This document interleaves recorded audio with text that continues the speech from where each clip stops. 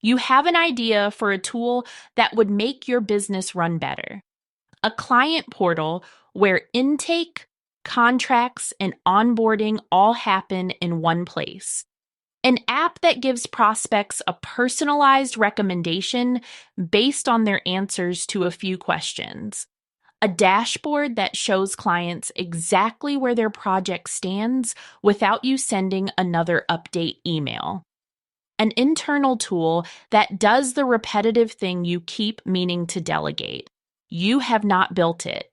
The reason you have not built it until very recently was that building software required hiring engineers, paying $20,000 to $100,000 for the first version, waiting 6 months, and then maintaining a code base you didn't write. That economic reality has just collapsed. There's a category of tools that has emerged in the last 18 months that lets a person who is not a software engineer describe what they want and watch it get built. The category has a name now. People are calling it vibe coding. And whatever you think about the name, the tools underneath it are real. The apps people are shipping with them are real. And the reason every service-based business owner should know about this is because the bar to ship your own software just dropped to a weekend of work and less than $100.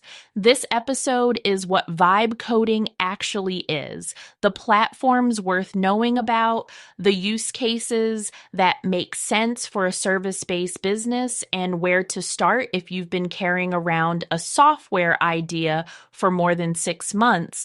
This is a global conversation. The platforms I'm going to mention are accessible everywhere. The pricing is the same in Nairobi and Seoul as it is in Manchester and Memphis. The English language interface is the dominant one, but the platforms work in any language for the apps you build with them. A consultant in Chennai can ship the same caliber of internal tool as a consultant in Chicago, and the cost of the build is the same in both places. Welcome back. I'm Makeda Boehm. I've closed nearly $10 million in tech sales over 4 years, earned 7 figures doing it. And here I teach service-based business owners how to use AI, automations, systems, and agents to create more money, time, and options. AI is moving at the speed of daily, and I help you keep up. Let me define vibe coding so we're not arguing about the term. Vibe coding is a casual name for a category of building where you describe what you want in plain language, and an AI system writes the code for you. You're not learning to write code. You're learning to describe outcomes clearly. The AI handles the implementation. You handle the direction. The shift this represents is significant. Software used to be built by people who had spent years learning syntax. Now it's being built by people who have spent years understanding problems. The bottleneck moved from, can you write this code, to, do you actually understand what needs to exist and why? Service-based business owners have spent their whole careers understanding problems. That's the whole job. So, the people best positioned to use vibe coding well are the ones who have the deepest understanding of their clients' actual workflows. The output is real software, not a slideshow, not a Notion page, an app that runs on the internet, has a database, handles users, sends emails, charges money. The same kind of thing a startup with venture funding would have built 2 years ago, except it took a weekend and cost less than dinner for 2. Now, let me walk you through the platforms worth knowing about, because they're not all the same, and the right one depends on what you're trying to build. Lovable. This is one of the most popular vibe coding platforms for non-developers. You describe the app you want. It builds a working version. You see the result. You ask for changes in plain English. It updates the app. The output is real production code on the back end, but you don't see the code unless you want to. Lovable is great for client-facing apps, lead magnet tools, internal dashboards, and small products. The free tier lets you experiment. Paid tiers run you anywhere from $20 to $50 a month for active building. Bold. Similar in concept to Lovable, some people prefer one to the other based on which feels more natural to talk to. Try both. Pick whichever produces output that feels closer to what you imagined. V0 by Versal. This one is more focused on the front end, the visual design and user interface of an app. If you have a working backend and need a clean, modern interface, Fast V0 is excellent at that specific job. It pairs well with other tools that handle the backend logic. Claude Code. This is a developer-leaning tool that runs in a terminal on your computer. You describe what you want, and Claude writes, edits, and executes the code on your machine directly. This is the tool I use for back-end pipelines, automations, and the kind of work that doesn't have a user interface. It has a learning curve. If you've never opened a terminal before, this isn't the tool to start with. If you're someone who has poked at code before and wants to level up dramatically, this is the highest leverage option in the category. Cursor, an IDE, which stands for Integrated Development Environment, basically a code editor with a built-in AI assistant. Cursor is for people who want to learn to code in a hybrid way. The AI writes most of the code. You read it, understand it, and edit it. Cursor is how a lot of non-developers are becoming developer adjacent in 2026. Not full engineers, but capable enough to ship real things. Replit Agent. Replit has been a coding platform for a long time. The agent version added the vibe coding capability where you describe what you want, and the agent builds it inside Replit's environment. Useful if you want a single platform that handles building, hosting, and deployment without leaving the browser. Windsurf, a newer competitor to Cursor. Same general category. Some developers prefer the way it handles edits and context. MindStudio Remy. This one is in a category of its own, and I want to spend a minute on it because I'm building inside it right now. I'm in a hackathon this weekend with the MindStudio team using Remy on the next version of Everfreely. Remy is what they call a product agent. Where most coding agents generate code from prompts and you live in the chat log, Remy works at the level of the spec. You describe your idea the way you describe it to another person, what it does, who it's for, what excites you about it. You can use voice notes, paste documents, ramble. After you approve the plan, Remy writes a complete spec for the application. That spec is the source of truth for everything that follows. Code gets generated from the spec, not the other way around. When you want to change something, you edit the spec, and the code updates from there. What this means in practice for a service-based business owner is that Remy is designed to launch a full application end-to-end. Database. Real authentication with sessions, backend, a live URL, same day. You're not stitching a Lovable front end to a Supabase backend to a Stripe payment layer. You're describing the whole application and getting the whole application back, structured.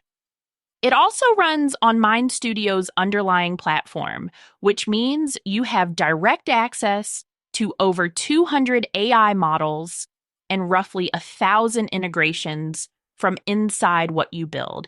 If your app needs to read from Airtable, post to Slack, generate images, send emails, search the web, all of that is already wired up. You don't go hunting for separate connectors.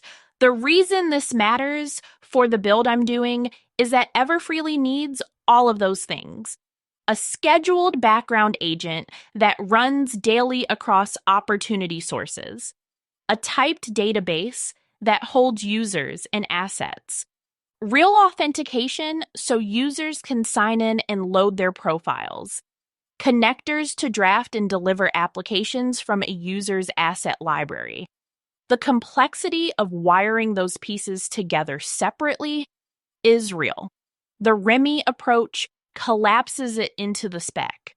If you're building anything that needs more than a polished front end, anything that needs to actually do work in the background, run on a schedule, talk to 10 different services, hold real user data, Remy is in a different lane than the pure front-end generators. Worth knowing about, worth trying. The free plan lets you experiment. Bubble. Bubble has been around longer than most of these. It's a no-code visual builder where you drag and drop the pieces of your app. Less vibe coding, more visual programming. If you prefer a visual interface to describing things in plain language, Bubble fits. That's the landscape. You don't need to know all of them.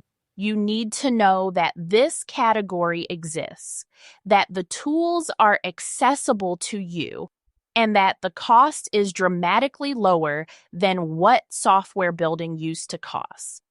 Now, let me get specific about what service-based business owners should actually build with this category, because the temptation when you discover you can build software is to build the wrong things. Use case 1, the lead magnet app. The AI employee report on my own site is exactly this. 11 questions. Personalized output, free for the user, highest intent leads in my whole funnel. A coach could build a self-coaching diagnostic. A consultant could build a maturity assessment for their specialty. A financial planner could build a runway calculator. The lead magnet app outperforms every static lead magnet because it gives the user something tailored to them. And it gives you data about who's in your audience.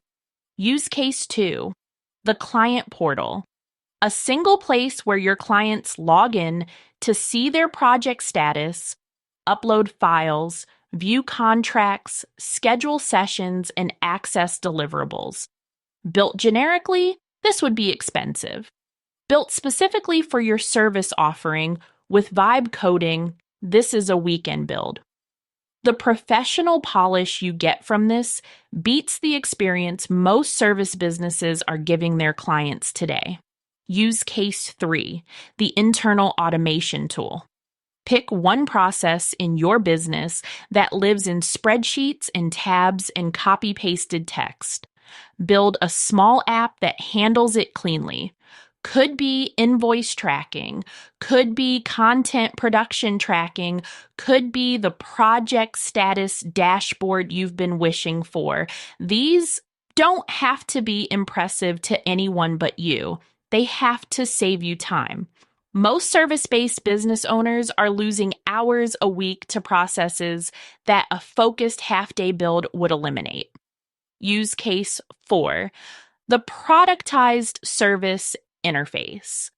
If you've productized any part of your service, the delivery layer can be an app. The client buys, they get an account, they use the tool. You provide the expertise that powers it, but the client interaction with the deliverable happens through software. This is how a service business starts to scale beyond the owner's hours. Use case 5, the micro product. A small paid app that solves a specific problem for a specific audience. $20 a month or $50 one time or whatever the right price is. Most service-based business owners assume they can't build a product because building products requires a team. With vibe coding, the smallest viable product is something one person can ship in a weekend and start charging for. The first version doesn't have to be impressive. It has to solve a real problem. I want to be straight about the limitations because these tools are not magic. The first version that gets built is rarely production ready. There's a layer of work between this works on my computer and this can handle 100 users without breaking that the Vibe coding tools don't fully solve yet. Production readiness, security, reliability under load, edge cases, error handling. These are real concerns for anything you'd put in front of paying clients. So the right approach is to build internal tools and prototypes with Vibe coding first. Learn how the tools think, then decide which ones are worth investing real production work into. The bar from I have an idea to I can show you a working version is now the weekend.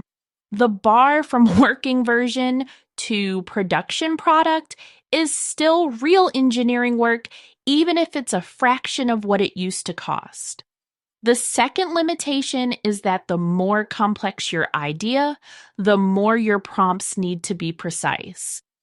The vibe of Vibe coding is a little misleading because it suggests you can wave at the screen and an app appears.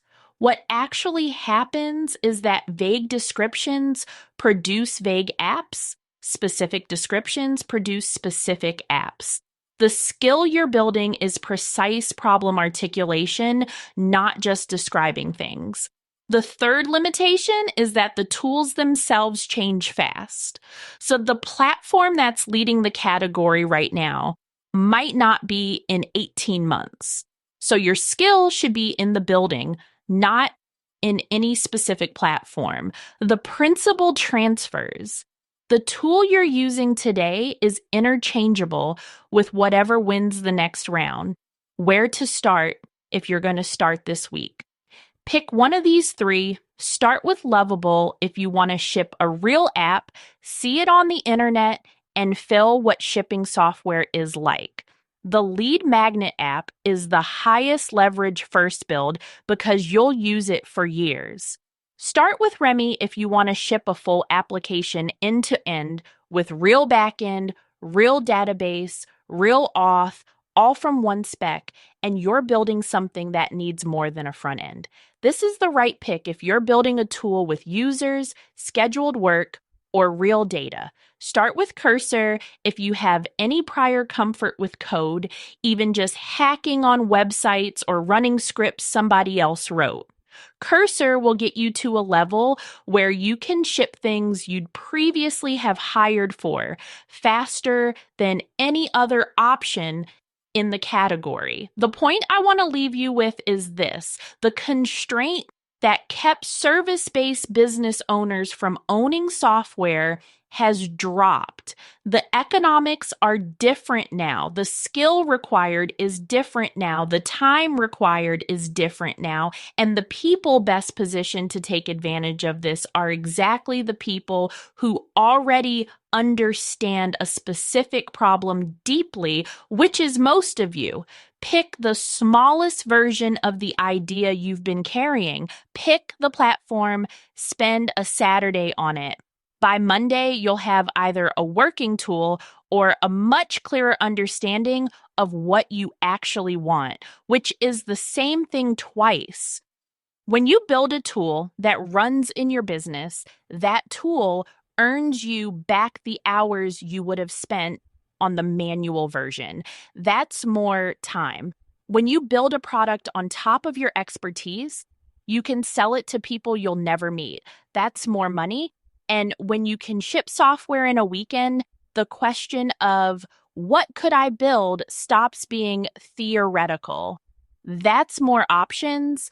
Find everything you need to make more money, time, and options in your service-based business at seedinsociety.com. Sign up for the newsletter, find every AI tool I use and recommend, check out the blog for even more breakdowns, or do the free AI employee report, all in one place. And if you enjoyed this show and got value from it, I'd appreciate it if you could rate and leave a review. That helps this free education reach more people, or share it with someone you know needs it. Until next time, continue planting the seeds for a better society.